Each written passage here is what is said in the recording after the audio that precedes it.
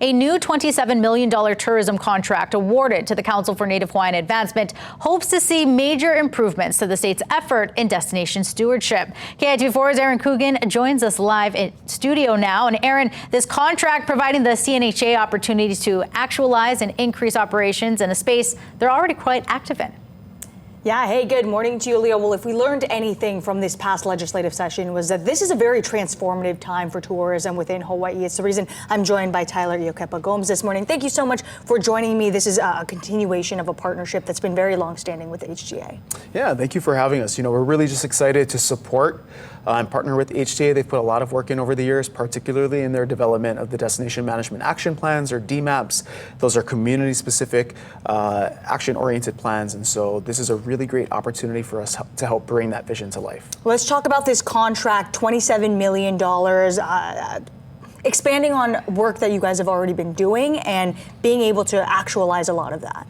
Yeah, you know, like we've talked about, this isn't work that we're unfamiliar to. We have a very unique community perspective. We recognize that, you know, as a traditionally Native Hawaiian organization, there's a real opportunity here to lift up all of Hawaii's communities. And so really that's just about scaling up the work that we're already doing. Conversation that, you know, is forefront of your guys' mind. This transformation needs to happen, especially now. Why? Yeah, and that has a lot to do with the way in which our communities are feeling about how the visitor industry is impacting them, the results they're seeing, the benefits, whether or not they're being realized in the community. And so our access to community is a really great way to support HTA and bring that in terms of redirecting, you know, how our dollars are spent, where they're going, and whether or not, again, they're really impacting those communities. This is a really good opportunity to open up that conversation. I know you guys have your Native Hawaiian convention coming up in just a few weeks now. A lot of voices can be heard at that convention, putting right into the implementation of your plans. Yeah, the convention is going to be held in Las Vegas, which is the third largest population of Native Hawaiians,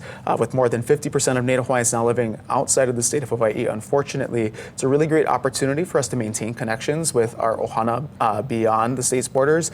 And, you know, at the convention, which is June 19th through June 22nd, a lot of opportunities to discuss what capacity building, what technical assistance, what these things look like in the scope of the visitor industry. Being able to provide the opportunity to bring some folks from home over there, giving them opportunities over there, translates right back to your guys' mission. Yeah, it does. And speaking of opportunities, you know, taking on this huge $27 million contract means a lot of work ahead. We're going to be growing our team. So for those folks who are interested in working in this space, we'd encourage them to visit our website, hawaiiancouncil.org/kilohana. You know, the priorities that you are looking for in a candidate has to align with what you guys do every single day. Can you outline what you guys are hoping to plan to implement within the next 2.5 years? Yeah, in the next 2.5 years, a lot of capacity building, grant funding, basically to build capacity within our communities to get into the market and to be just as competitive as all those, you know, mainland-owned brands that we see throughout Waikiki, throughout our resort areas. Let's prop up our local communities so that they can benefit from it just as well. All right, and we're going to be live at your CNHA convention, so hopefully expanding that conversation even more. But Tyler with CNHA this morning. For now, I'll send things back over to Leah.